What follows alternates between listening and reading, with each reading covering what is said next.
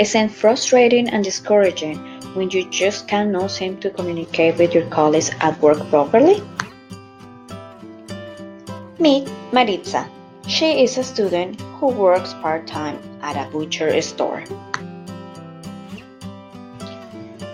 And like many of you, Maritza experiences cross-cultural communication problems at work. Her boss and coworkers were speaking too fast for her. She felt bad that she couldn't pick up or understand a few key words from those group conversations. She felt embarrassed and uncomfortable to ask for an explanation, fearing it will be impolite. This frustrates her because it impacts her ability to complete the task at hand.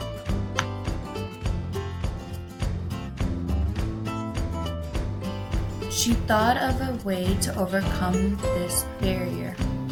Be open-minded and ask them to explain things that I do not understand. Practice my active listening skills and watching my coworkers' nonverbal communication. Ask them to speak slowly so I can understand the whole conversation and participate in it. Incorporating these strategies helps address cross-cultural barriers in communication for Maritza. These strategies help Maritza put her best foot forward, which then improves the teamwork overall. Thus, addressing cross-cultural issues in communication is key in teamwork environments. Addressing communication issues in cross-cultural teamwork. According to Webster's definition, cross-cultural is dealing with or offering comparison between two or more different cultures or cultural areas. Intercultural competency is referred to as the ability to communicate effectively and appropriately in intercultural situations.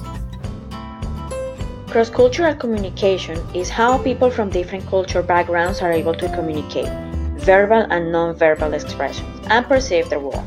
It is very important because it helps to exchange ideas, negotiate, interact, and understand other people's opinions. Some barriers in cross-cultural communication, according to Zuckerberg, are the natural response to new and different things as being weird or wrong. Not all cultures feel comfortable with open discussions or being put on the spot to answer a question. Misunderstandings or miscommunications due to language barriers. Differences in work standards, rules, regulations, norms, and/or expectations, as well as time zones in the case of global teams. And finally, different cultural and gender role norms shape interpretations of nonverbal messages.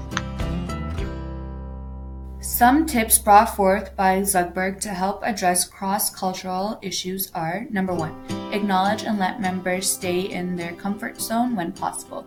Number 2, create a safe environment so members feel comfortable working and speaking with each other. Number 3, make modifications to use plain and simple language in both speech. Number 4, be mindful that members from different cultures may work best in different types of management styles and under different norms and expectations. So take the time to show them what the norms and expectations are in your workplace so that they can feel part of the team as well.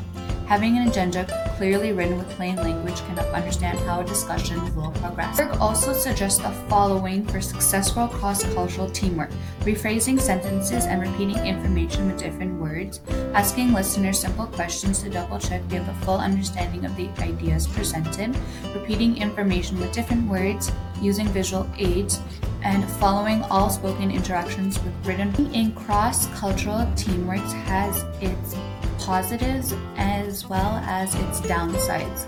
These are just a few of the pros and cons to working in cross-cultural teams.